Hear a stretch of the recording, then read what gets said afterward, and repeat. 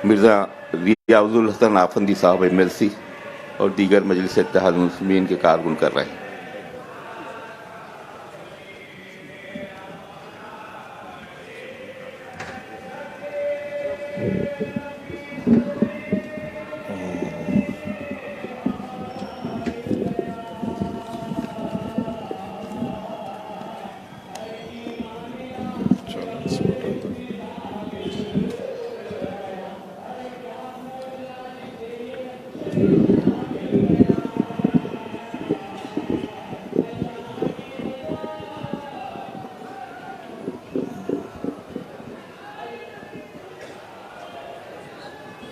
इसको उठा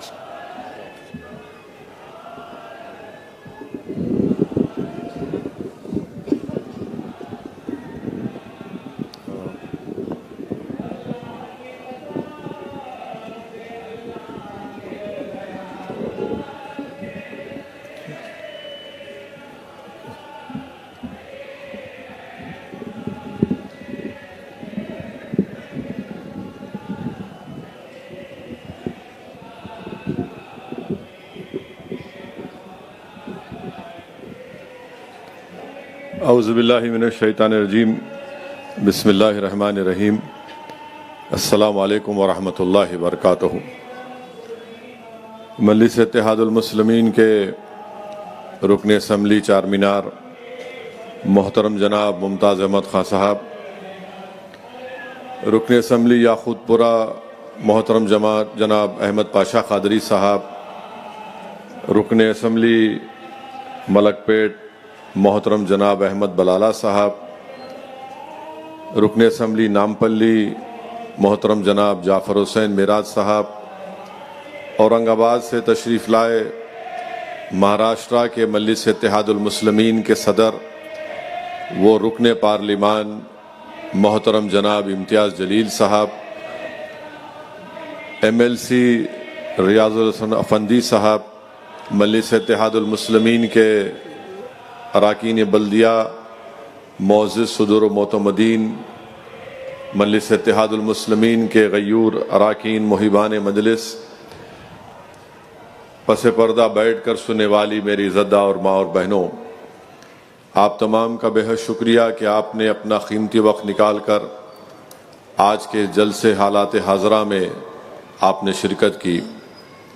आप जानते हैं कि आज दोपहर में 2 बजे से लेकर शाम में 5 बजे तक करीब 3 घंटे मजलिस इत्तेहादुल मुस्लिमीन के मौजूदा रुकन असम्बली और बल्दी हल्के के तीनों अराकीन बल्दिया के साथ आज मजलिस इत्तेहादुल मुस्लिमीन की तरफ से तीनों बल्दी वार्ड में हल्के असम्बली चारमीनार में 15 करोड़ की लागत से storm water drain, sewerage line, पानी की लाइन, सीमेंट रोड और VDCC रोड के नए कामों का इफ्तिताम अमल में लाया गया। इंशाअल्लाह ताला 4 तारीख के दिन और भी हल्के असम्बली चारमीनार के जो दूसरे बल्दी हल्के हैं उनमें भी जो काम मंजूर हुए हैं, इंशाअल्लाह उन कामों का भी इफ्तिदा 4 तारीख के दिन दोपहर में उन तरक्याती कामों का भी इफ्तिदा किया जाएगा। मैं आपको बताना ज़रूरी समझता हूँ कि हल्के असम्बली चारमीनार में मजलिस इत्तेहादुल मुस्लिमीन की नुमाइंदगी पर महबूब चौक मुर्गी चौक में एक नई मार्केट का इंशाअल्लाह ताला वहाँ पर काम शुरू होगा अन करीब में, जिसकी लागत 36 करोड़ रुपये है। और वहीं पर लाड़ बाज़ार में जो फसाड बनाया जा रहा है, इंशाअल्लाह ताला अन करीब में हुकूमत से उसकी मंजूरी मिलने के बाद 40 करोड़ की लागत से वो ग्लास रीइंफोर्स कंक्रीट दोनों जानिब लाड़ बाज़ार के रहेगा। फिर मिरालम मंडी को नए तरीक़े से बनाया जा रहा है, इंशाअल्लाह ताला वो काम भी अन करीब में शुरू होगा। उसकी लागत 16 करोड़ 14 लाख रुपये है। सरदार महल को असर नौ उसको रेनोवेट किया जा रहा है और इंशाअल्लाह ताला वो काम भी जल्द शुरू होगा। उसकी लागत 30 करोड़ रुपये होगी। और फिर पत्थर गट्टी का जो रिनोवेशन है, जो पत्थर गट्टी जो बनाया गया पुरानी इमारत है, वो भी इंशाअल्लाह ताला वो काम की मंजूरी मिल चुकी है। उसकी कुल लागत 30 करोड़ रुपये होगी। और वहीं पर मिरालम मंडी की कमान जो बोसीदा हो चुकी है, उसका भी इंशाअल्लाह ताला करीब में बल्दिया की तरफ से उसका एडमिनिस्ट्रेटिव मंजूरी मिल जाएगी और करीब 90 लाख की लागत से इंशाअल्लाह वो काम शुरू होगा। वैसे ही खिलवत मैदान में एक कन्वेंशन सेंटर और स्पोर्ट्स की फैसिलिटीज़ के लिए वहाँ बनाया जा रहा है। वो करीब 1 करोड़ के करीब 60-70 लाख के करीब वो काम चल रहा है, ज़ेर दौरान है। इंशाअल्लाह जल्द से जल्द तकमील को पहुँचेगा। वहीं पर अकबरुद्दीन ओवैसी साहब की नुमाइंदगी पर सालारजंग म्यूज़ियम के सामने ब्रिज बनाया जा रहा है, ताकि उस ब्रिज के ऊपर जो हमारे ठेला बंडी के लोग कारोबार करते हैं, उनको उस मखसूस मुकाम पर रखकर वहाँ पर उनको काम करवाया जाएगा। फिर मिरालम मंडी में और आपके दीवान जोड़ी कमान तक वहाँ पर आरसीसी NP 900 mm डाई का स्टॉर्म वाटर लाइन भी काम थोड़ा हुआ है। इंशाअल्लाह ताला और भी काम चलेगा। तो ये तमाम 10-11 कामों की फेहरिस्त मैं आपके सामने रखा हूँ और उसकी टोटल अगर आप करेंगे तो 209 करोड़ 35 लाख की लागत से ये पूरे काम इंशाअल्लाह ताला शुरू भी होंगे और इंशाअल्लाह ताला ये काम ख़त्म भी होंगे, तकमील को पहुँचेंगे। तो ये मजलिस इत्तेहादुल मुस्लिमीन की तरफ से तरक्याती काम हल्क़े असम्बली चार मीनार में अंजाम दिए जा रहे हैं और भी बहुत से काम करना बाकी है। इंशाअल्लाह ताला उन कामों को भी हम लोग मंजूर करवाएंगे। मकसद एक ही है कि डेवलपमेंट के काम हो, तरक्याती काम हो और आवाम की जो तकलीफ़ है उसको दूर किया जाए और आवाम को सहूलतें मिलती रहें।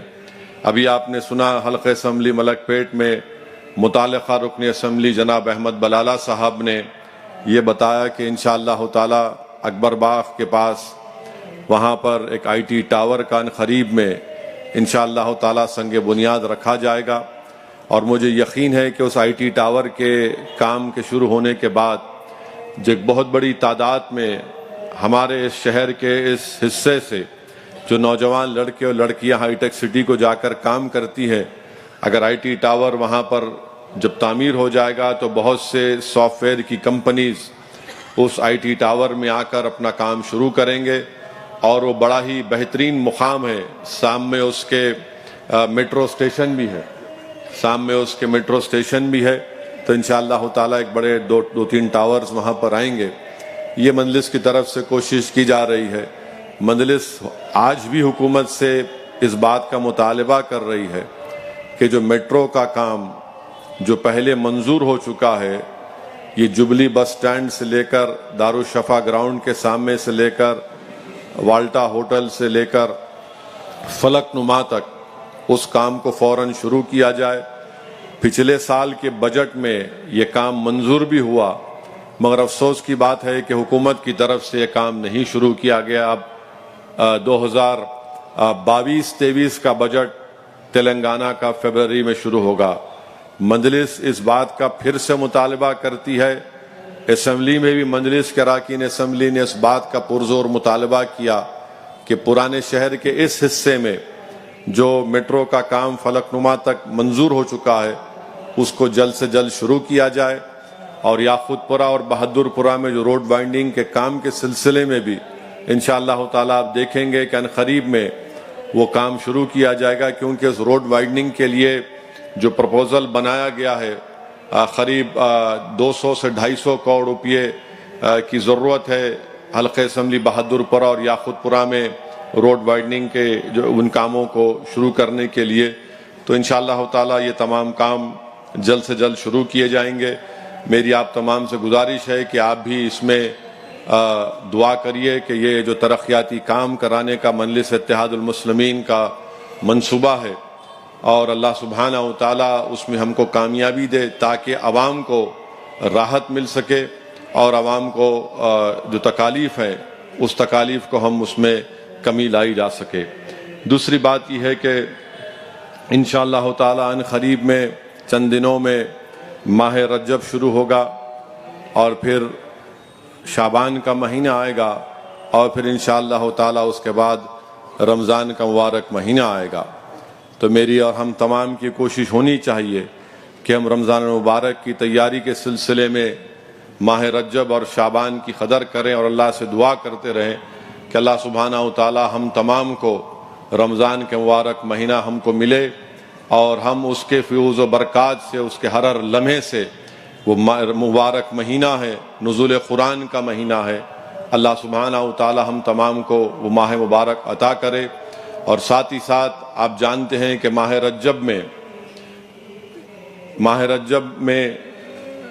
शब मेराज की रात, जिसमें अल्लाह के रसूल सल्लल्लाहु अलैहि वसल्लम ने सफ़र मेराज किया और अल्लाह सुब्हानहू तआला का दीदार किया, और उसी सफ़र में अल्लाह के रसूल सल्लल्लाहु अलैहि वसल्लम ने तमाम अम्बियाओं को अपनी इमामत में रसूलुल्लाह सल्लल्लाहु अलैहि वसल्लम ने नमाज पढ़ाई। और उसी सफ़र मेराज के बाद हम तमाम पर, मुसलमानों पर नमाज फ़र्ज कर दी गई। फिर इसी माह रजब में शेर खुदा हज़रत अली करमल्लाहु वजह की आमद हुई, और हम तमाम को ये बात याद रखने की ज़रूरत है कि हज़रत अली की ज़िंदगी की इब्तिदा अल्लाह के घर से हुई और आपकी ज़िंदगी की इंतहा भी अल्लाह के घर में हुई।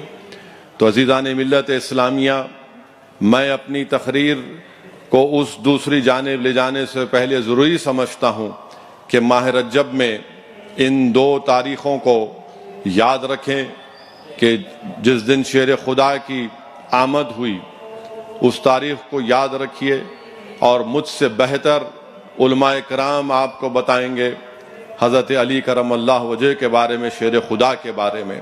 और हदीस शरीफ में आया कि अल्लाह के रसूल सल्लल्लाहु अलैहि वसल्लम ने फरमाया कि सरकार ने फरमाया सल्लल्लाहु अलैहि वसल्लम ने कि शाबान अल्लाह का महीना है और अल्लाह के महीने में अल्लाह का शेर आया।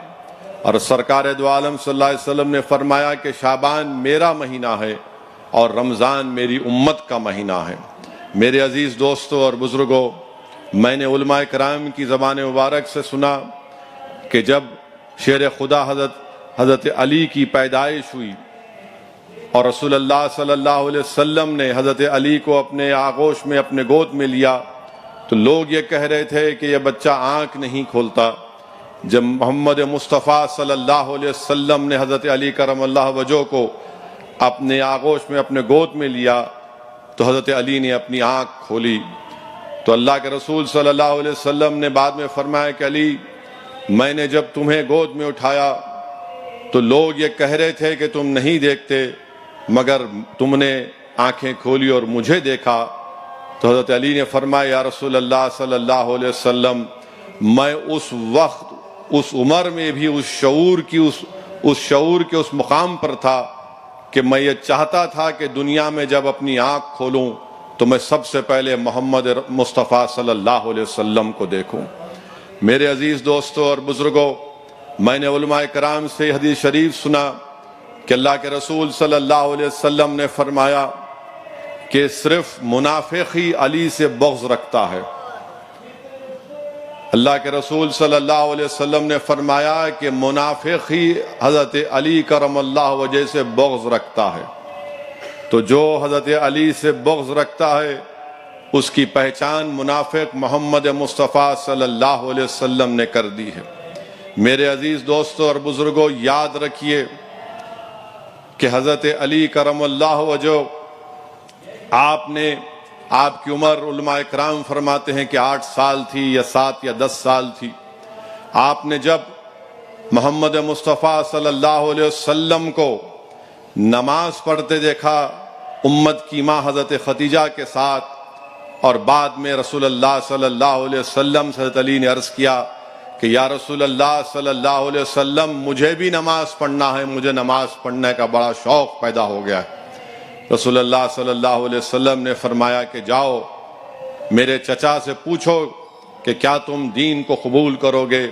वो जाकर अपने वालिद से पूछते हैं, अबू तालिब से, तो फरमाते हैं कि जो मोहम्मद सल्लल्लाहु अलैहि वसल्लम तुमको हुक्म करेंगे तुम उसको कबूल करो। मेरे अजीज दोस्तों और बुजुर्गों, वाक़यात में ये भी आया, उलमाए कराम ने यह भी फरमाया कि अल्लाह के रसूल सल्लल्लाहु अलैहि वसल्लम ने हज़रत अली करमल्लाहु वजहो के साथ घर में आपने अहले खुरैश को दावत दी खाने की कि आओ तुम दीन को कबूल करो, दीन इस्लाम को, मेरे काम में ताउन करो, क्योंकि अल्लाह ने कुरान में फरमा दिया और अल्लाह ने कुरान में फरमाया कि आप अपने रिश्तेदारों को दावत दीजिए। तो सब खाना खा रहे थे और खाने के बाद किसी ने भी कुछ नहीं कहा। अबू जहल था, शुएबा था, तमाम बड़े बड़े अहले खुरैश के वो लोग थे।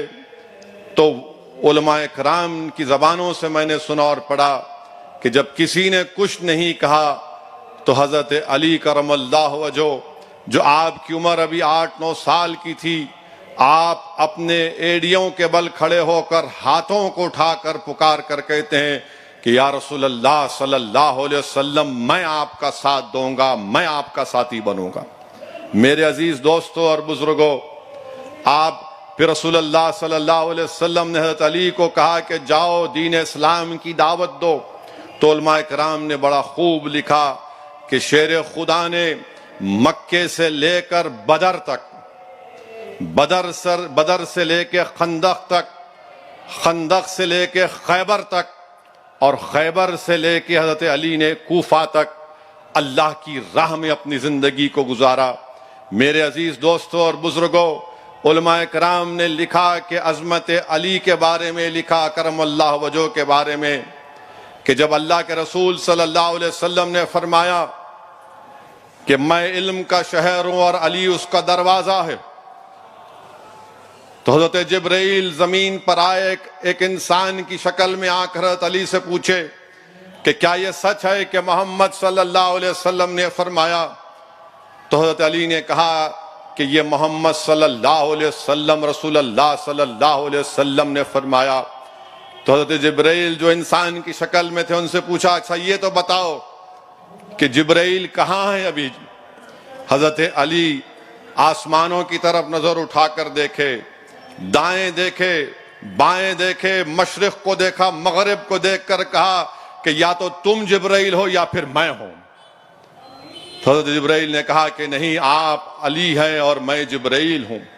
अज़मत अली के बारे में शेख मुहद्दिस अब्दुल हक दहलवी रहमतुल्लाह अलैह अपनी किताब मुदारिजुन नबुवा में लिखते हैं कि जब मक्का फतेह हुआ और बुतों को मक्के से, हरम से साफ किया जा रहा था, एक बहुत बड़ा बुत हुबल, उसको काबतुल्लाह पर रख दिया गया था। एक दूसरी रिवायत में आया कि ऊंचे मुकाम पर रखा गया। तो हज़रत अली ने फरमाया कि या रसूलल्लाह सल्लल्लाहु अलैहि वसल्लम, आप मेरे कंधे पर खड़े हो जाइए। अल्लाह के रसूल सल्लल्लाहु अलैहि वसल्लम ने कहा कि नहीं अली, तुम मेरे कंधे पर खड़े हो जाओ और उन बुतों को साफ करो। जब शेर खुदा रसूलुल्लाह सल्लल्लाहु अलैहि वसल्लम के कंधे मुबारक पर खड़े होकर उस बुतों को साफ कर रहे थे, तो रहमतुल्लाह अलमीन सल्लल्लाहु अलैहि वसल्लम ने पूछा कि बताओ अली, तुम अपने आप को कैसा पाते हो? तो हज़रत अली ने फरमाया, या रसूल अल्लाह सल्लल्लाहु अलैहि वसल्लम, मैं पूरे हिजाबात उठ गए, मैं जिस तरफ अपना हाथ फैलाता हूं वो चीजें मेरी हाथ को लग जाती हैं। और फिर बाद में जब हज़रत अली काबतुल्लाह की जमीन पर आए, कंधे मुबारक से उतर कर, हज़रत अली मुस्कुरा रहे थे। रसूलुल्लाह सल्लल्लाहु अलैहि वसल्लम ने पूछा कि अली क्यों मुस्कुरा रहे हो? हज़रत अली ने फरमाया करमल्लाहु वजह ने कि या रसूलुल्लाह सल्लल्लाहु अलैहि वसल्लम, मैं इतनी ऊंचाई पर था, पूरे हिजाबात उठ गए थे, अब जमीन पे आया हूं। तो रसूलुल्लाह सल्लल्लाहु अलैहि वसल्लम ने फरमाया, अली तुम्हें उठाने वाले का नाम मोहम्मद रसूलुल्लाह सल्लल्लाहु अलैहि वसल्लम है और तुम्हें जमीन पे लाने वाले का नाम जिब्राइल अलैहिस्सलाम है। मेरे अजीज दोस्तों और बुजुर्गों, जब हजरत अली की शहादत हुई 20 रमजान को कूफा में, एक जालिम शैतान ने जब आप पर हमला किया, हजरत अली ने जब ये देखा और आपकी ज़बान मुबारक से आपने फरमाया कि रब्बे काबा की कसम मैं कामयाब हो गया, रब्बे काबा की कसम मैं कामयाब हो गया। लोग परेशान थे कि ये कौन है जिस पर हमला हुआ, जिस्म से खून बह रहा है और कह रहा है कि रब्बे काबा की कसम मैं कामयाब हो गया। तो उलमा इकराम ने लिखा, मैंने उनकी जबानों से सुना कि एक मर्तबा मक्के में हजरत अली करमल्लाहु वजह बीमार पड़ जाते हैं। अल्लाह के रसूल सल्लल्लाहु अलैहि वसल्लम की आमद होती है और रसूल अल्लाह सल्लल्लाहु अलैहि वसल्लम से अली फरमाते हैं कि या रसूल अल्लाह सल्लल्लाहु अलैहि वसल्लम, क्या ये मेरा आखिरी वक्त है? तो रसूल अल्लाह सल्लल्लाहु अलैहि वसल्लम इरशाद फरमाते हैं कि नहीं अली, तुम्हारा जब आखिरी वक्त आएगा तुम्हारे खून से तुम्हारी दाढ़ी मुबारक लाल हो जाएगी। और जब कूफा की जामा मस्जिद में फजर के वक्त शेर खुदा पर हमला किया इस शैतान ने, हजरत अली ने देखा कि आपकी दाढ़ी मुबारक अपने खून से लाल हो गई थी। तो आपने पुकार कर कहा कि रब्बे काबा की कसम मैं कामयाब हो गया। रिवायतों में आया कि शहादत से एक दिन पहले बैतुल माल में हजरत अली ने पूरा माल गरीबों में बांटा और वहीं पर 2 रकात नफिल नमाज पढ़ के शेर खुदा ने दुआ की, या अल्लाह मैंने गरीबों में हकदारों में उन माल को पूरा बांट दिया। या अल्लाह, मेरे अजीज दोस्तों और बुजुर्गों, ये अजमत अली है। और याद रखिए, अगर आज भी कोई सच्चे दिल के साथ शेर खुदा का नाम लेकर पुकारता है तो कमजोर से कमजोर के दिल में भी उसकी हरारत पैदा हो जाती है, जिस्म में एक ताकत पैदा हो जाती है।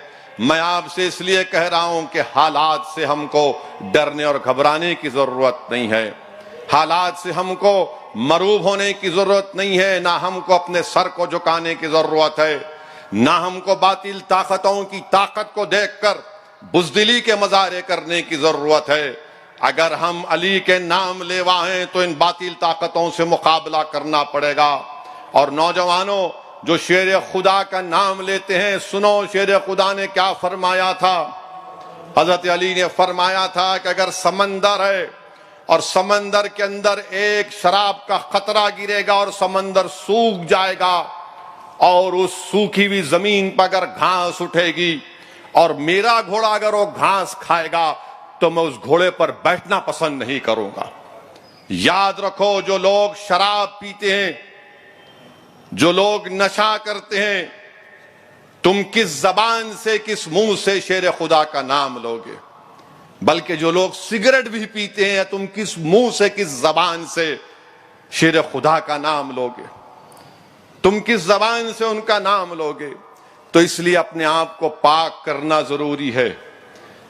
अपनी जबानों को, अपने दिमाग को, अपने दिलों को साफ रखना जरूरी है।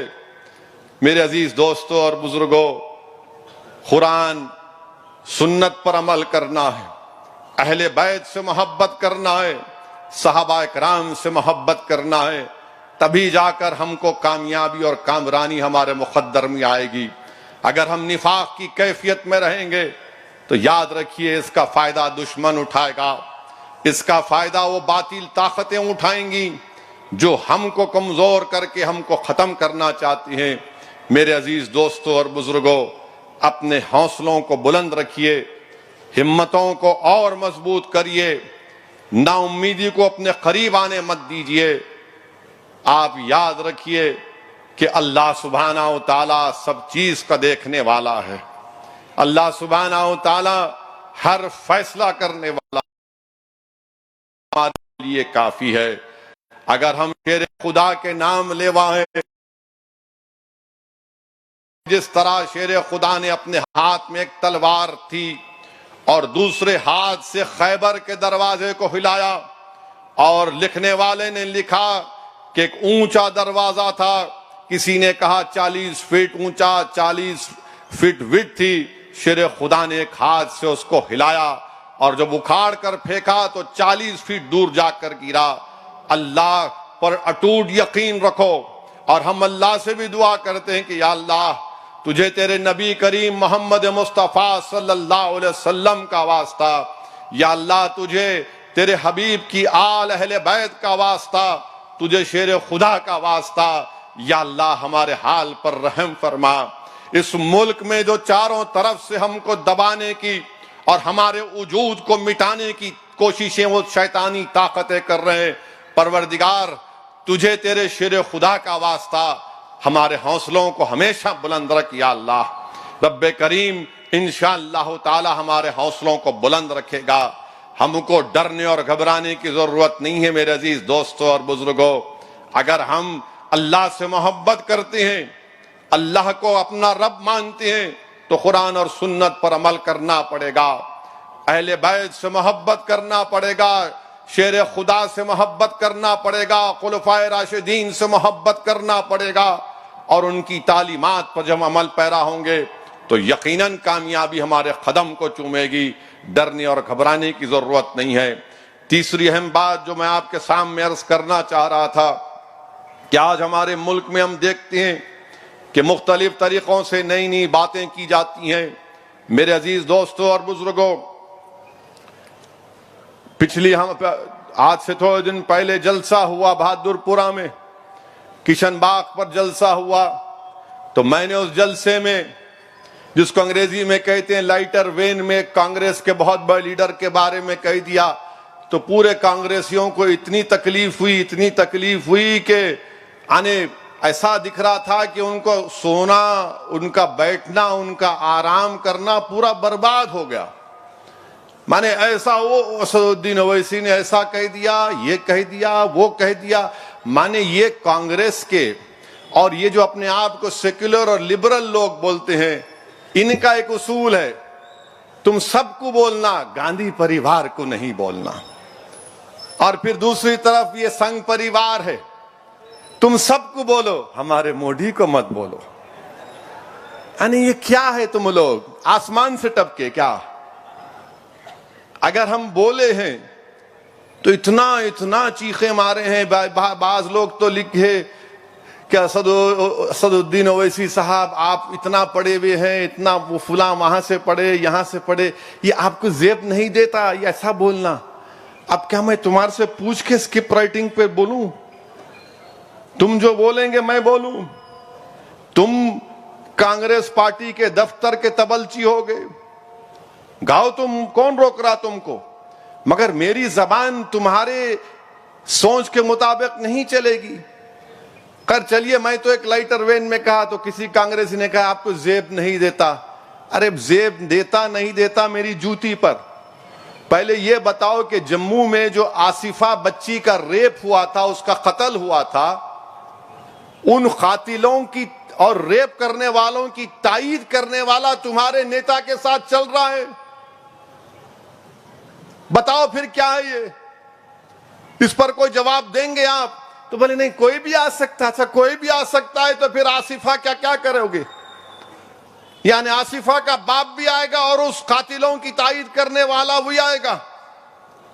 माने आप ये समझ रहे हैं कि कातिल की तायीद करने वालों को और एक 8 साल की बच्ची के बाप को भी बुलाएंगे? ये कौन सा आपका उसूल है? ये कौन सी आपका तरीका है? कहां जा रहे आप? मुझे गाली दो, फकर नहीं पड़, कुछ नहीं फर्क पड़ता मेरे को। जितनी गाली दे सकते दो, डिक्शनरी में जितनी गाली है खाली कर दो, कुछ फर्क नहीं पड़ेगा मुझे, क्योंकि मैं जो कुछ कह रहा हूं वो सच्चाई है।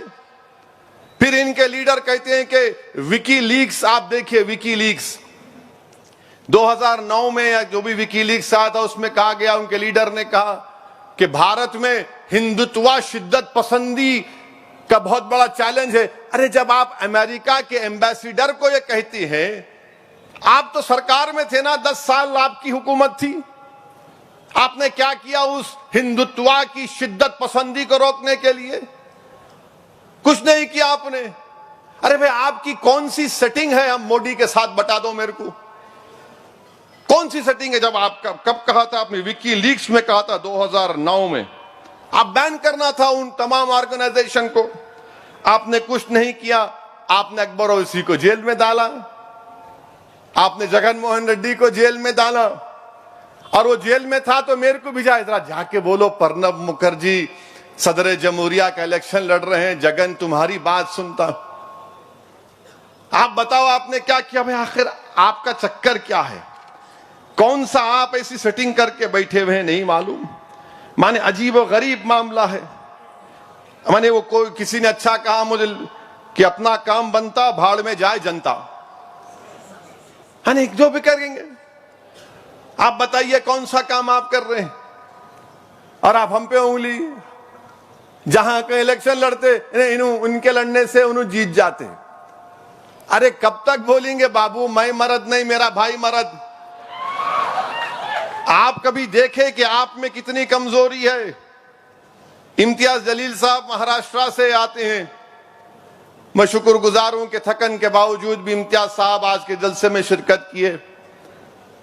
15 साल कांग्रेस हुकूमत की महाराष्ट्र में, 15 साल वहां पे कांग्रेस आज कौन से तीसरे नंबर पे है?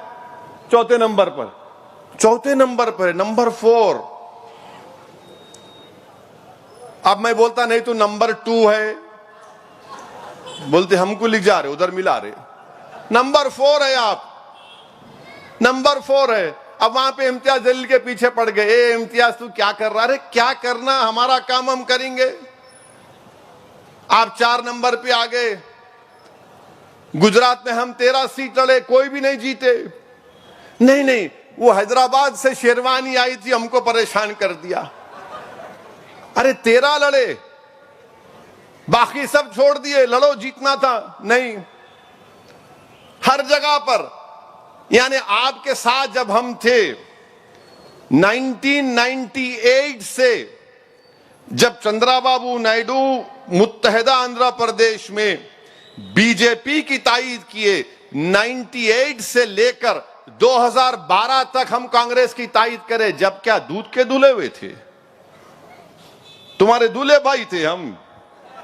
2099 में मुमताज खान साहब एमएलए थे, राजशेखर रेड्डी अपोजिशन लीडर थे।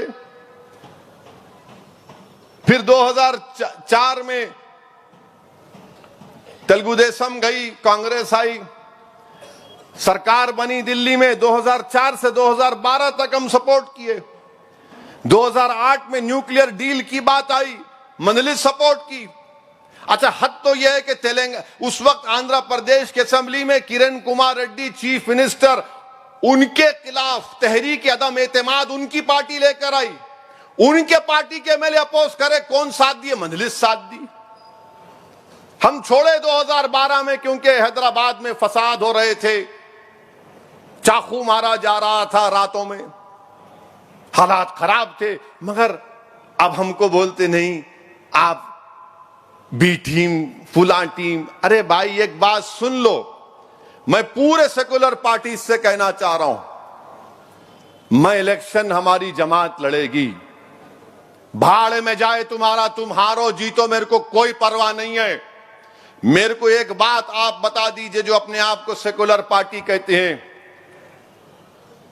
तुम्हारा कौन सा सेकुलरिज्म है? मेरे को बताओ। तुम आज मुसलमान का नाम लेने से डरते हो, तुम अपने पार्टी के मुसलमानों का नाम लेने से डरते हो। असदुद्दीन ओवैसी तो दूर की बात, तुम्हारे बाजू तुम्हारे पार्टी का मुसलमान खड़े रहने को तैयार नहीं है, जिसने अपनी जिंदगी लगा दी तुम्हारी पार्टी में। मिसाल के तौर पर बिहार में लालू की पार्टी है,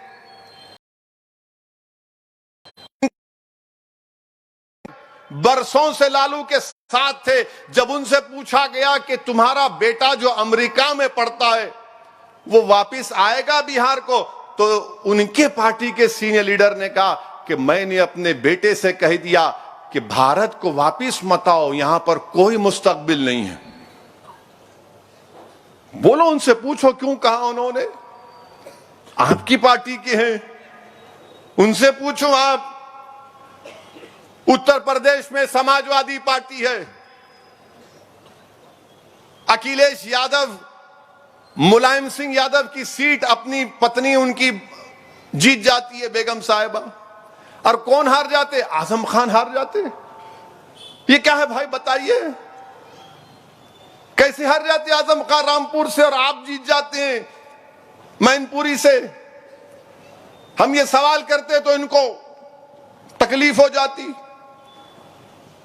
आखिर 186 सीट 2019 में कांग्रेस और बीजेपी लड़े, कितनी जीती कांग्रेस? मजलिस थी नहीं वहां पे। 15 सीट। पूछो कांग्रेसियों से, जब ये चुपते हुए सवालात मैं करता हूं तो बोलते नहीं तुम हमारे साथ क्यों नहीं है। मैं क्या अलादीन का चिराग हूं, जिन हूं तुम्हारे पीछे आने को? वो तुम्हारा जिन तुमको हरा रहा, मैं जिन बोला तो उस पर इतनी तकलीफ हुई उनको। वो जिन बोले, क्या बोलो उसको, क्या बोलूं बताओ आप? नहीं क्यों बोले? रे भाई लाइटर वेन में बोला। तुम इतना उसको, मैंने पूरे सोशल मीडिया पे मेरी तकरीर को इतना चलाए कि जो लोग नहीं देखे तो वो भी देख लिए। माशाल्लाह, इनसे बड़ा अक्लमंद कोई नहीं हो सकता, याद रखिए। माने जो काम आपका दोस्त नहीं करता ये दुश्मन कर देते हैं माशाल्लाह से। माने हर जगह पर आप देख रहे हैं। अब आप इनसे पूछिए जाकर, ये सेकुलर पार्टी से, भाई आप मुसलमान का नाम क्यों नहीं लेना चाहते? तो बोलेंगे अरे नहीं नहीं बीजेपी से लड़ना है। अच्छा बीजेपी से लड़िए, कौन नहीं लड़ो बोल रहा आपको? लड़िए, लंगोट कसिए, लड़िए, हम भी लड़ रहे हैं। नहीं मगर अगर हम मुसलमान का नाम लेंगे तो बीजेपी को फायदा हो जाता। अच्छा कैसे फायदा होता भाई बताओ, कैसे फायदा होता बताओ? हम भी तो जानना चाह रहे कैसे फायदा होता। हमारा वोट तो चाहिए मुसलमानों का आपको, मगर हमारे साथ ठहराने के लिए हम आपके लायक नहीं हैं। वोट तो चाहिए मगर इज्जत नहीं देंगे। वोट तो चाहिए मगर मोहब्बत, जबान से नहीं बोलेंगे कि हम तुम्हारे साथ खड़े हैं। नहीं, डर है मोदी को फायदा हो जाएगा। और खुद कांग्रेस के बहुत बड़े लीडर जो मुल्क के डिफेंस मिनिस्टर थे, एंथनी ने कहा हालिया दिनों में कि अब हम ज्यादा मुसलमानों की ताईद में नहीं बोलना चाहिए, इसकी वजह से हमारी वजह से हारे। आप तो बोल दो कि भारत के मुसलमानों का वोट नहीं चाहिए हमको, बोलो ना। आप क्यों नहीं बोलते? आपका लीडर एंथनी एक बात कहता है, अब हम इस तरह का रवैया नहीं रख सकते। तो कौन सा रवैया रखेंगे आप? कौन सा रवैया रखेंगे आप? बताओ। यही तो झगड़ा है मेरा, यही तो हमारी कोशिश है कि भारत की जमहूरियत शिराकतदारी की जमहूरियत है, ये वन वे ट्रैफिक की जमहूरियत नहीं है। अरे जब हर जात और बरादरी के लोगों को उनका लीडर उनका जीत कर आता है भारत की पार्लियामेंट में, हर छोटी छोटी बरादरी का उनका नेता पार्लियामेंट नजर आता है। किसका नजर नहीं आता? मुसलमानों का नहीं आता। बताओ कितने एमपी भारत की पार्लियामेंट में? 4 या 5%। दूसरे जो बिरादरियां हैं उनकी आबादी के करीब करीब बराबर सब वहां पर नजर आते हैं आपको। अब जब हम ये बात करते हैं तो आपको बड़ी तकलीफ हो जाती है। नहीं है, क्यों बात कर रहे तुम? ये वक्त नहीं है, ये दौर नहीं है, अभी ये बात नहीं करेंगे, बाद में करेंगे। कब करेंगे? नहीं, पहले मोदी को देखना है। अब हम ये कह रहे हैं कि मोदी से मुकाबला अगर करना है तो अंधेरे का मुकाबला अंधेरे से नहीं होता, जुल्म का मुकाबला जुल्म से नहीं होता, जबर का मुकाबला जबर से नहीं होता, जहालत का मुकाबला जहालत से नहीं होता, अंधेरा का मुकाबला चिराग से होता है, खौफ का मुकाबला उम्मीद से होता है, डर का मुकाबला हिम्मत से होता है, और बीजेपी से मुकाबला आइडियोलॉजी पर होना चाहिए। मगर ये लोग नहीं मानते। कई मर्तबा जब प्लेन या एयरपोर्ट पे मैं बैठता हूं तो मेरे सामने आके हैं, कैसे हैं, अच्छे हैं, ओवैसी जी। मैं समझ जाता हूं उनकी जबान से। बोला बैठो, जैसे क्या चल रहा है? बोला नहीं कुछ नहीं चल रहा है। नहीं क्या चल रहा है? बोला हमारा ही नाम ही चल रहा है हर जगह पे। बोले ये क्या बात है? बोला फिर ये क्या बात है? यही बात है। बोलना क्या चाह रहे? बोलो ना, क्या चल रहा है तो बोलो। नहीं, आपके जहन में क्या चल रहा है? मिला मेरे जहन में अखलाक चल रहा है, मेरे जहन में पीलू खान चल रहा है, मेरे जहन में मेरे घरों के बुलडोजरों से तोड़ना चल रहा है, मेरे जहन में मेरे नौजवानों को यूएपीए में लगाकर जेल में डालकर 2-2 साल सड़ाया जा रहा है, वो चल रहा है। मेरे जहन में मेरे मस्जिदों को टारगेट बनाने की कोशिश की जा रही है, वो चल रहा है। मेरे जहन में सियासी ताकत नहीं है हमारे पास, वो चल रहा है। मेरे जहन में नौजवानों के ख्वाब को कैसा पूरा किया जाए, वो चल रहा है। तो पलट के बोलते खाली यही इतना ही सोचते आप अपने लिए? मिला आप क्यों नहीं सोचते? आप तो अपनी जात के बारे में सोचते हैं, मतलब बताओ आप कौन सी बिरादरी से हैं? अरे ये क्या पूछ रहे हैं, मतलब बोलो कौन सी बिरादरी से। मैं तो कह रहा हूं ना, मैं हूं जो भी हूं, हम ये हैं। मतलब आपके ये पूरे मुल्क में आपके हैं। बोला मेरा कहां है बताओ? बोले ये तेरा और मेरा क्या है? बोला तुम्हारा होगा तो तुम्हारा और मेरा होगा तो मेरा कुछ नहीं। इनको ये बात पसंद नहीं है। याद रखो मेरी इस बात को आप, कि भारत का मुसलमान की कोई सियासी लीडरशिप बने, मैं खुल के कह रहा हूं आपसे, मैं कभी इस दुनिया से जाऊंगा एक ना एक दिन, मगर तुम याद रखना मेरी इस बात को, जहां तक अल्लाह मेरी आवाज को पहुंचाएगा, कोई सियासी पार्टी नहीं चाहती कि भारत के मुसलमानों की, दलितों की, आदिवासियों की एक सियासी क़ियादत बने। ये चाहते हैं कि मुसलमान इनके गुलामी करें, ये चाहते हैं कि मुसलमान इनके लिए कालीन बिछाएं, दरी बिछाएं, जिंदाबाद के नारे लगाएं, और ये नेता के लिए खव्वाली का प्रोग्राम करे, मुशायरे का प्रोग्राम कर दे। ईद के दिन आए तो बोले सर जरा आ जाइए ना शीर खुरमा खाने के लिए। ये चाहते हैं। मंजलिस क्या चाहती है, इम्तियाज जलील क्या चाहता है, असदुद्दीन ओवैसी, मुमताज खान, अहमद पाशा कादरी, बलाला, जाफर हुसैन मेराज, रियाजुल अफंदी, मंजलिस का हर आदमी क्या चाहता है कि अगर तुम वहां बैठे हो तो मैं भी वहां तक पहुंचना चाहूंगा। तुम अगर आसमानों की बुलंदियों पर पहुंच रहे तो मैं जमीन पर नहीं बैठूंगा, मेरे भी ख्वाब हैं। तुम अगर कुर्सी पर बैठे हो तो मैं भी तुम्हारे सामने कुर्सी पर बैठकर अपने मुकद्दर के फैसले करना चाहूंगा। 70 साल से तुम हमको धोखा दिए, हमारा वोट लिए, तुमने हमारे लिए क्या किया? क्या किया?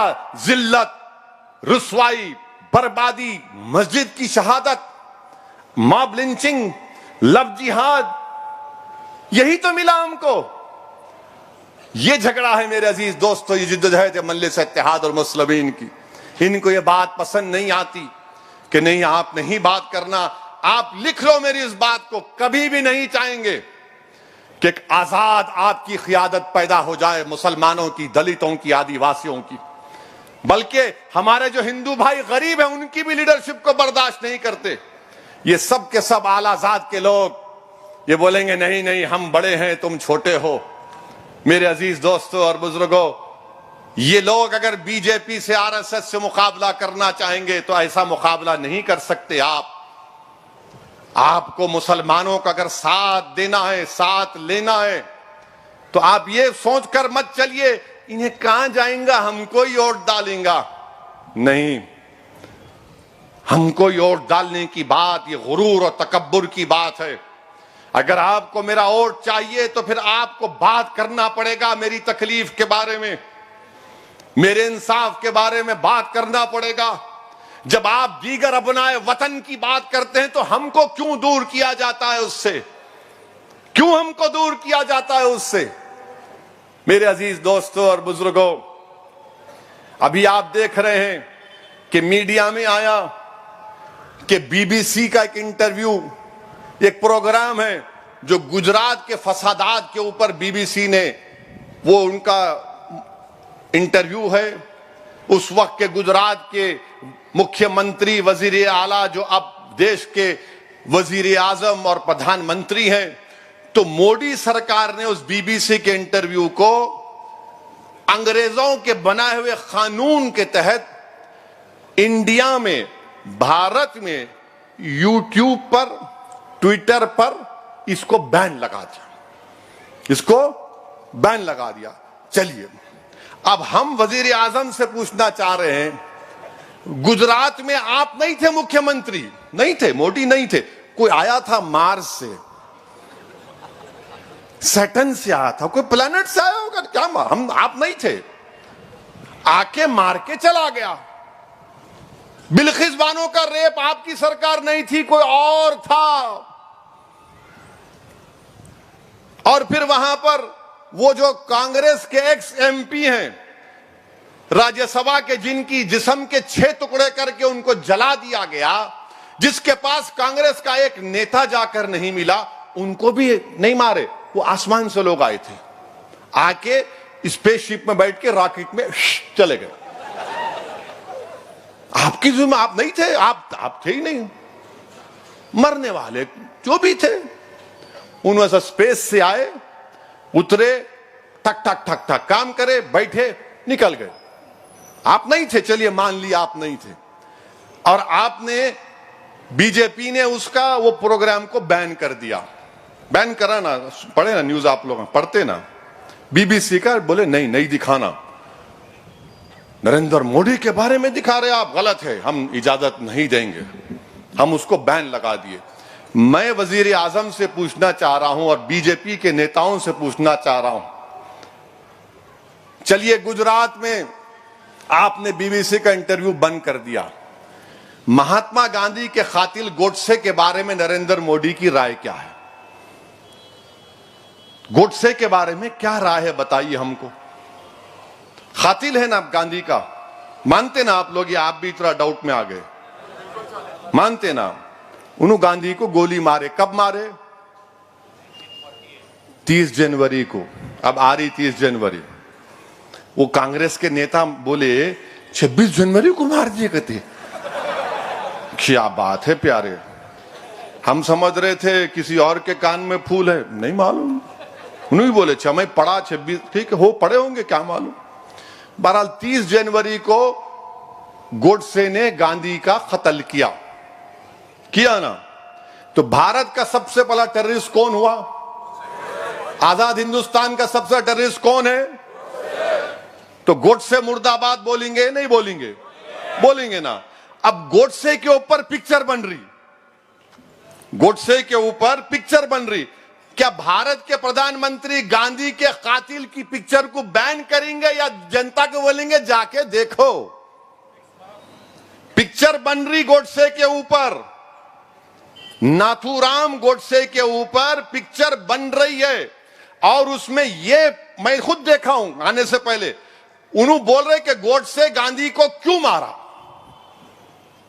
तो भारत के प्रधानमंत्री, वजीर आजम और बीजेपी से हम पूछ रहे हैं कि आपके बारे में बीबीसी को दिखाया तो बड़ी तकलीफ लगी, मिर्ची लगी, बैन, और गांधी को मारने वाले का पिक्चर भारत में रिलीज होगा या बैन होगा, हम पूछना चाह रहे बीजेपी से।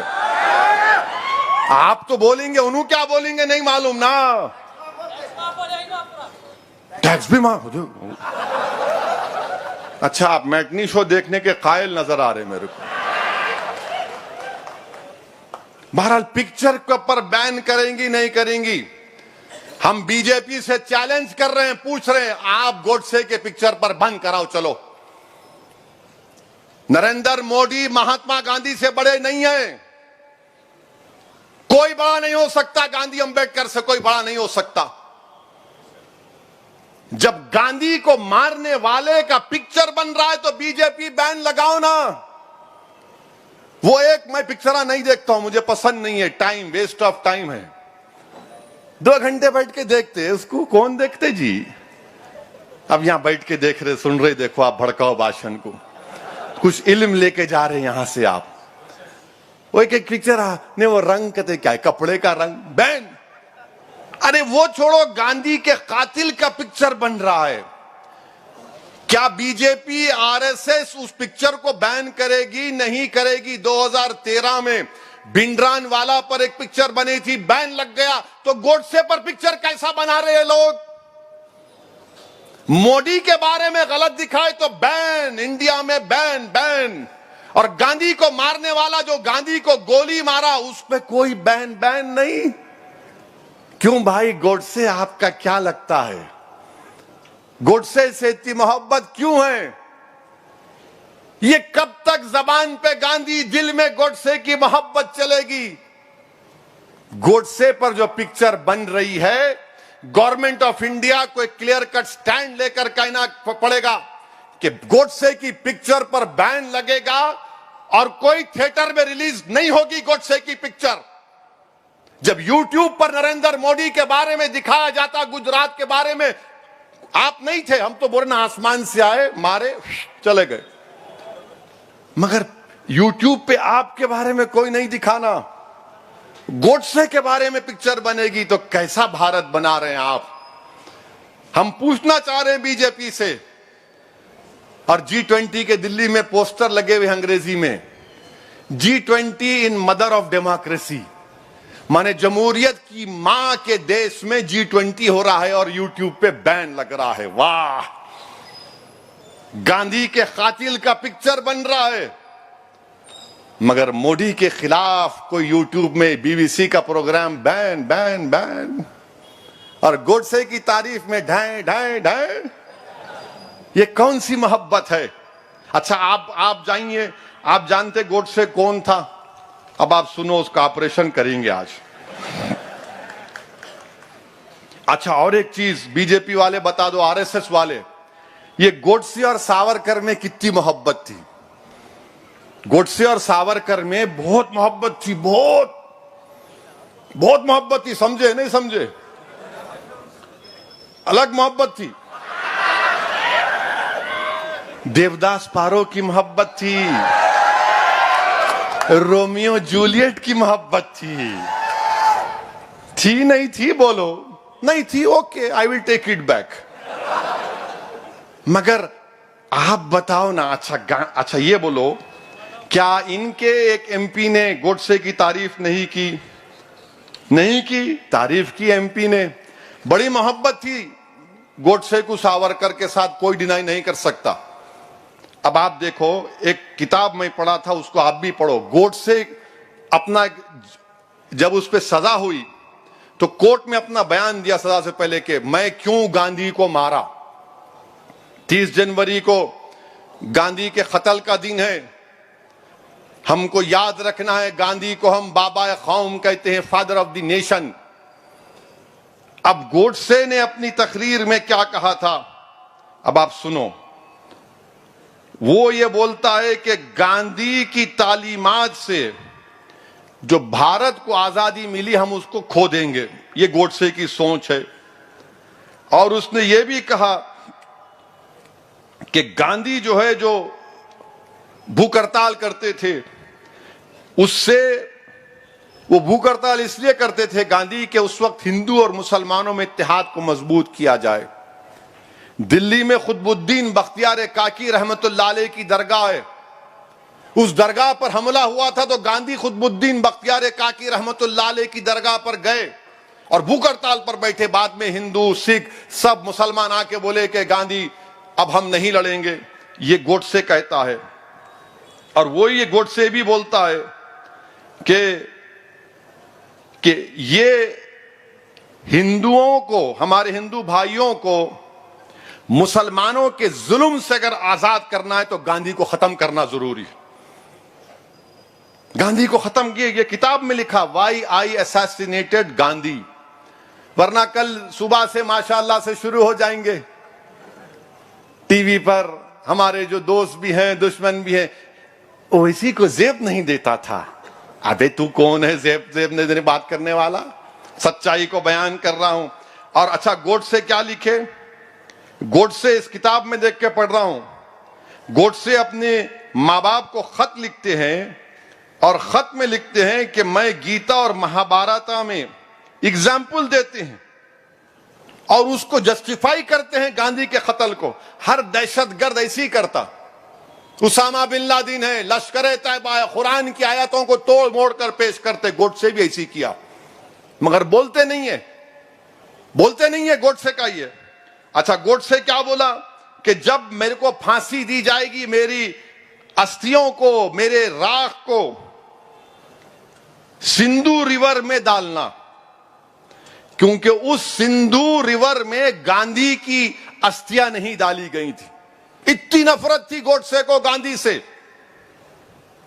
और वो बोलता था कि सिंधु साफ है क्योंकि गांधी की अस्थियां या उनके जो हड्डियां थे उसमें नहीं आई थी।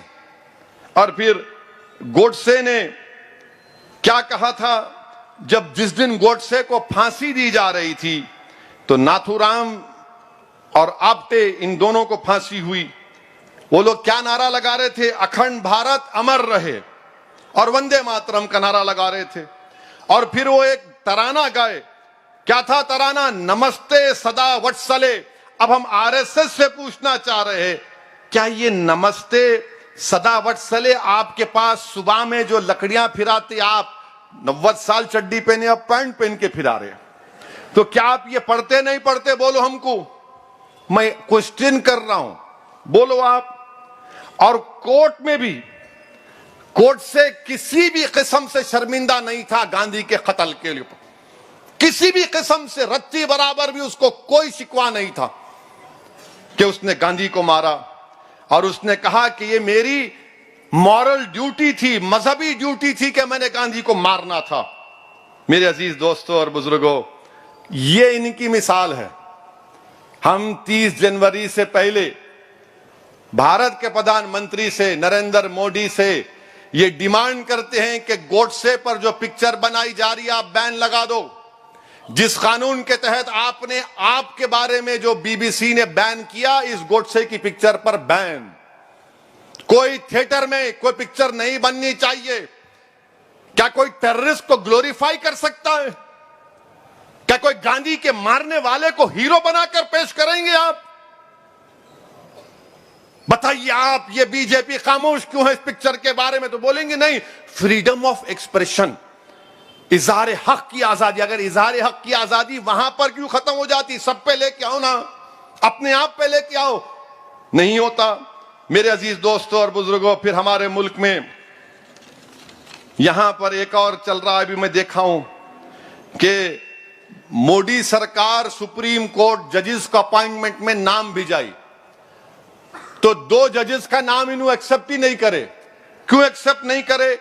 एक मद्रास हाई कोर्ट में एक नाम भिजाए कि इनको हाई कोर्ट का जज बनाओ, तो मोदी सरकार यह बोलती इनके नाम से हम मुत्तफिक नहीं है, इत्तेफाक नहीं करते, इसलिए कि जिस साहब को जज का सुप्रीम कोर्ट ने भिजाया कि भाई इनको जज बनाओ, तो गवर्नमेंट लिख के भिजाती कि ये वो साहब हैं जो फेसबुक पर मोदी के खिलाफ लिखे, इसलिए हम इनको जज नहीं बनाएंगे, हम कबूल नहीं करते इनको। कहां के? चेन्नई के, मद्रास हाई कोर्ट के। और फिर सुप्रीम कोर्ट ने उसके जवाब में कहा कि अगर कोई प्राइम मिनिस्टर के खिलाफ कोई मजमून शेयर करता है, उसकी बुनियाद पर आप उसको जजशिप से डिनाई नहीं कर सकते। सुप्रीम कोर्ट ने जवाब में कहा, उन्होंने पेपर में मीडिया में दे दिया। और एक जज साहब को, माने एक वकील को, जो भी थे, उनको जज नहीं बनाया, बीजेपी ने कबूल नहीं किया। क्यों? क्योंकि उन्होंने CAA कानून के खिलाफ सोशल मीडिया पे लिखा। अच्छा, हैरत की बात यह है, हैरत तो नहीं बल्कि हम देख रहे हैं कि बीजेपी महिला मोर्चा के एक लीडर है और उन्होंने अपने ट्विटर या जो भी है, उन्होंने अपने चौकीदार लिखी अपने नाम के साथ, और वो बीजेपी महिला मोर्चा की हैं।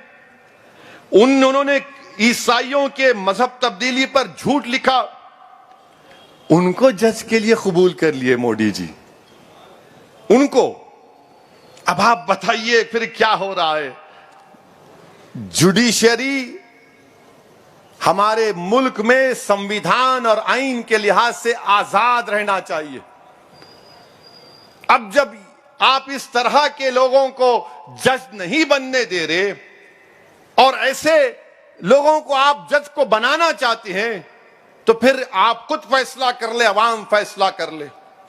मेरा मानना यह है कि अदलिया इंसाफ करता है, अदलिया आजाद है भारत के आईन के मुताबिक। Theory of separation of powers में एग्जीक्यूटिव इंडिपेंडेंट है, लेजिस्लेचर इंडिपेंडेंट है, जुडिशरी इंडिपेंडेंट। मगर यहां पर देश की बीजेपी की सरकार कुछ और कर रही है। और फिर आप देखते हैं कि कर्नाटका में इलेक्शन हो रहे, तो कर्नाटका में बीजेपी का एक लीडर है, इसका नाम नलीन कतील है। उन्होंने क्या बोल रहे? ए रोड, ड्रेनेज, पानी कुछ मत बात करो, खाली लव जिहाद, लव जिहाद। कहीं का लव जिहाद है? इंदौर में अभी आ रहा था, मुझे किसी ने बताया, मध्य प्रदेश इंदौर में 24 साल की एक हिंदू बच्ची ने अपनी बर्थडे पार्टी में चंद मुसलमानों को बुलाया, बजरंग दल घुस गई वहां पे। नहीं नहीं नहीं, मजहब तब्दील हो रहा है यहां पर। अबे बर्थडे पार्टी में बुलाए, बच्ची बालिग है, बच्चे बालिग है, बैठ के बर्थडे पार्टी कर रहे हैं। नहीं नहीं नहीं, मजहब तब्दील हो रहा। पुलिस उठा के लेकर गई उनको। बच्ची को बोले, बच्ची बोली मैं कंप्लेन नहीं करती, हमारी बर्थडे पार्टी है, बर्थडे पार्टी है। यानी क्या हमारे मुल्क में हो रहा है? घरों को तोड़ दिया जा रहा है, बुलडोजर लगा के तोड़ दिया जाता है। और फिर ये बीजेपी का कर्नाटका का उनका सदर ये कह रहा है, अच्छा, फिर अमित शाह कर्नाटका गए और जाकर बोले कि मोदी ने राम मंदिर बनाया, और बाज लोग टीपू सुल्तान की तारीफ करते। अमित शाह साहब सुनो, टीपू सुल्तान की तारीफ क्यों करते हम? क्योंकि जब भारत की नई आईन की किताब लिखी गई, बाबा साहिब अंबेडकर ने आईन बनाया, नेहरू थे, सरदार पटेल थे। कौन कौन थे? नेहरू थे, सरदार पटेल थे, श्यामा प्रसाद मुखर्जी थे, मौलाना अबुल कलाम आजाद थे, राजेंद्र प्रसाद थे। इन तमाम बड़े बड़े लीडर्स की मौजूदगी में रफी अहमद किदवाई थे। इन तमाम की मौजूदगी में जब पहला कॉन्स्टिट्यूशन की किताब बनी, उसमें उन तमाम लोगों की फोटोज है। राम सीता की है, गुरु नानक की है, बुद्धा की है, महावीर की है, झांसी की रानी की है, बादशाह अकबर की है, और टीपू सुल्तान की भी है उसमें। जिन्होंने मुल्क के आईन पर पहली किताब पर साइन किया, उसमें टीपू की फोटो है। और टीपू की हम तारीफ क्यों करते? टीपू गद्दार नहीं था, टीपू वफादार था। टीपू बुज़दिल नहीं था, टीपू बहादुर था। टीपू अंग्रेजों से गुलामी को कबूल नहीं किया। टीपू ने अंग्रेजों के खिलाफ झंडा उठाया कि इस मुल्क को अंग्रेजों की गुलामी से आजाद कराऊंगा, और टीपू शहीद हो गया। अपने हाथ में तलवार थी टीपू की। और ये अंग्रेजों के जो गुलाम थे आज टीपू को गाली देते हैं। टीपू ने माफीनामा लिखकर नहीं दिया था अंग्रेजों को, मैं मुझे माफ कर दो। टीपू ने 7 खत तो छोड़ो, 1 खत टीपू ने नहीं लिखा अंग्रेजों को। आज आप कहते हैं कि टीपू सुल्तान गद्दार है। अरे फिर कौन वफादार है बताओ? और फिर ये सेक्युलर पार्टियों को आप पूछो, भाई आपको क्या बोलना है इसके ऊपर? कुछ नहीं बोलेंगे। नहीं, मुसलमानों का वोट तो होना, मगर बोलते क्यों नहीं? अरे नहीं, समझो ओवैसी साहब, मोदी को फायदा होता। अरे मोदी को फायदा तुम्हारी नाअहली से हो रहा है। मोदी को फायदा तुम्हारे सही काम करने के तरीके से नहीं करने से हो रहा है। आज चीन हमारी जमीन पर 1000 स्क्वायर किलोमीटर पर छुपकर बैठा है, खुलकर बैठा है, मगर मोदी जी का 56 इंच के सीने में उनकी जबान पर चीन नहीं आता। मैं चैलेंज से कह रहा हूं कि डेमचाक और डेपसांग में चीन बैठा हुआ है। चीन बैठा हुआ है और ऐसी जगह पर बैठा हुआ है कि हमारे मुल्क को खतरा पैदा हो सकता है। लद्दाख से हमारे जो जानवर इस सर्दी के मौसम में ऊपर ले जाकर जानवर को घास खिलाते थे, वो पुकार पुकार कर कह रहे हैं कि चीन 8 गांवों पर कब्जा कर चुका है, 10 किलोमीटर अंदर घुसा हुआ है। मगर मोदी जी की सरकार यूट्यूब को बैन और चीन को हाय हेलो कर रहे हैं। ट्रेड इंबैलेंस है चीन के साथ। इतना बड़ा इंपोर्ट चीन से हो रहा है। फिर कौन सी मोहब्बत है ये कौन सा राष्ट्रवाद है? अब आप ये सेकुलर पार्टी को बोलो या बीजेपी को, नहीं तुम्हारे पास कहां से आई इंफॉर्मेशन? ये तुम्हारे को कौन बोले? कैसे तुम्हारे को मालूम हुआ? अरे कैसे मालूम हुआ? बोलते अल्लाह दिमाग दिया, पढ़े तो सब मालूम होता। तुम लोग ट्यूबलाइट है, थम्स अप है, तुमको कुछ नहीं मालूम। सैटेलाइट के इमेजेस हैं, बता रहे हैं कि चीन घुस के बैठा है डेमचाक और डेपसांग में। और वजीर आजम ने कहा था 2 साल पहले, ना कोई घुसा है ना कोई घुसेगा। अब आ रहे फरवरी में आ रहे, सुना, वेलकम, प्राइम मिनिस्टर कहीं भी आ सकते। अब जैसे आएंगे ना, हम पे इशारा करेंगे, यहां पर अनाप शनाप लोग बोलते हैं हमारे बारे में, और केसीआर उनसे डरते हैं। वजीर आजम साहब, ना केसीआर हमसे डरता, ना हम उनसे डरते, ना आपसे डरते, हम सिर्फ अल्लाह से डरते। हम सिर्फ अल्लाह से डरने वाले हैं। हम सच्चाई को बयान कर रहे। मगर बीजेपी कुछ भी हो जाओ, तेलंगाना में जैसा आते ओवैसी के बारे में बोलो, मजलिस के बारे में बोलो। अरे कब तक डर दिखाएंगे? तेलंगाना का हमारा हिंदू भाई, बैकवर्ड क्लास का भाई, दलित क्लास का भाई सब जान चुका है कि मजलिस हिंदुओं के खिलाफ नहीं, मजलिस फिरका परस्ती के खिलाफ थी और रहेगी इंशाअल्लाह ताला। हमारी लड़ाई हुकूक की लड़ाई है, हमारी लड़ाई हिस्सेदारी की लड़ाई है क्या दारुस्सलाम में जब हम बैठते हैं तो क्या पूछते हैं कि तुम्हारा मजहब कौन सा है? हर कोई आता हमसे काम करा के जाता है, हर कोई आता हमसे काम करा के जाता। हम एक फोन करते, बात करते, काम हो ना हो हमारे हाथ में नहीं है, मगर कोई दारुस्सलाम की सीढ़ी चढ़ के आया तो हमारा जिम्मेदारी है, अखलाकी जिम्मेदारी है कि ये हम पर भरोसा करता है, हम पर एतमाद है, यहां पर आया है, हम इसका काम कराने की कोशिश करेंगे। मगर बीजेपी के दफ्तर में क्या है? लव जिहाद, लव जिहाद। यानी हर जगह आप देख लो लव जिहाद। अरे कौन सा लव जिहाद है भाई? और मेरे अजीज दोस्तों और बुजुर्गों, मैं आपसे भी अपील कर रहा हूं, मुसलमानों से भी अपील कर रहा हूं, ये क्या है जायदाद के झगड़े में भाई को मारते? जायदाद के झगड़े में भाई को मारते? तुम क्या लेके जाते जमीन को खबर में? वही जमीन जिसका तुम हिस्सा मार रहे हो, हशर के मैदान में तुम्हारे गले में शोले का एक आग बनकर रहेगी। हक मत मारो, हकदार को हक दे दो। भाई बहन का कत्ल कर दिए, कुछ हुआ कि चाकू निकाल के, और पुलिस भी क्या कर रही नहीं मालूम। पुलिस को इनके खिलाफ सख्त एक्शन लेने की जरूरत है, जो आए दिन ये चाकू तलवार निकाल रहे हैं। बल्कि मैं कमिश्नर ऑफ पुलिस से अपील कर रहा हूं कि आप एक स्पेशल विंग बनाइए कि जहां कहीं भी जो कोई चाकू निकाल कर किसी को डराता है या मारता है, वो स्पेशल विंग का काम होना कि उसकी बेल नहीं होना, उसको सजा मिलना, केस चलाए पिछड़ना उसके। एक तमाशा बना के रख दिए। कुछ हुआ क्या? मैं, अरे तू कौन है? कौन रे भाई? तू तुरुमची होगा, बालखा होगा, किधर का होगा? मगर हर कोई बना हुआ है, मेरे जाए उनको गोली, उनको चाकू मारेंगे, इनको ये करेंगे। क्या क्या रुसवाई है ये? घर तोड़ दिए जा रहे हैं। मध्य प्रदेश में एक मुसलमान बच्चा अपने क्लासमेट से बात किया, कॉलेज की बच्ची से, रोड पे पीटे उसको, रोड पे मार रहे, रोड पे मार रहे उसको। तुमको नहीं दिख रहा? वो घरें तोड़े जा रहे हैं, आपको नहीं दिख रहा? वो गुलबर्गा के रेलवे स्टेशन का रंग मिटा दिया गया, आपको नहीं दिख रहा? क्या तुम आफत तुम्हारे घर पे आके दस्तक देगी जब तुम जागोगे? अरे नहीं, मुत्तहिद हो जाओ। अरे जब आफत तुम्हारे घर के दरवाजे पर आ जाएगी, जब देर हो जाएगी, याद रखो मेरी इस बात को। मैं पूरे मुल्क में देख रहा हूं हालात क्या हैं, और सबसे बड़ी वजह यह है कि मुत्तहिद नहीं है। कोई इसको ये मसलक में, कोई वही मसलक में, कोई इनके पीछे, कोई उनके पीछे। फिर क्या होगा? दुश्मन तो आपको एक समझ रहा है, याद रखो। दुश्मन तो आपको एक ही समझ रहा है, मगर आप अपने आप को एक नहीं समझ रहे। मैं इनके पीछे, मैं उनके पीछे। अरे वो तुम्हारे पीछे लगा है।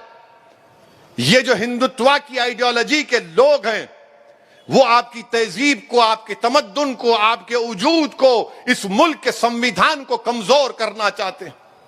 इसीलिए मेरे अजीज दोस्तों और बुजुर्गों, मेरी आप तमाम सदवन गुजारिश है कि मंजलिस को मजबूत करिए, और पहले से ज्यादा जब इलेक्शन होगा पोलिंग करिए, पोलिंग करिए। क्यों नहीं करते पोलिंग? अरे यहां पे वोट डालने का इख्तियार आपको है।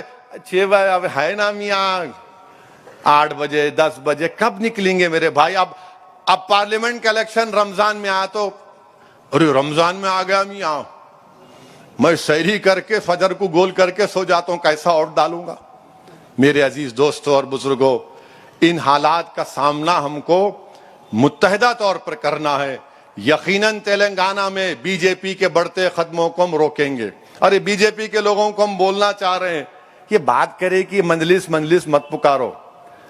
तुम्हारी औलाद को तुम तरबियत दो जरा, तुम्हारे बच्चों को सिखाओ किसी को थप्पड़ नहीं मारना। उन्होंने थप्पड़ मार रहे, इन्होंने आके हमारे को मंजलिस ऐसा करी, पाता बस्ती पाता बस्ती। अरे पाता बस्ती में आके देख क्या नहीं हो रहा यहां पर, क्या नहीं हो रहा यहां पर। नहीं वो ऐसा, वो ऐसा, ये ऐसा कुछ नहीं है। अच्छा ये सिकंदराबाद रेलवे स्टेशन को तो बना दिए, वजीर आजम साहब नामपल्ली का क्या होगा?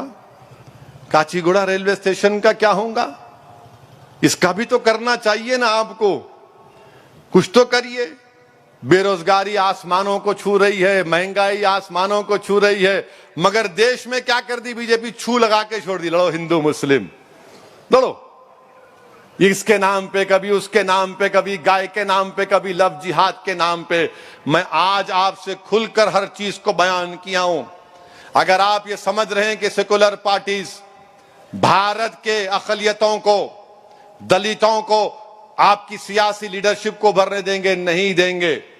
डरा के इन्हें भी रखते, डरा के उन्हें भी रखना चाह रहे। एक मर्तबा इस डर की जंजीरों को तोड़ना पड़ेगा हमको।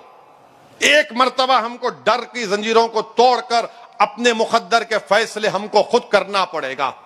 मुझे बहुत सामना करना पड़ता इन लोगों के जुमलों का, इनके तानों का, इनकी गालियों का, मगर मैं तैयार हूं इन तमाम चीजों को सुनने के लिए।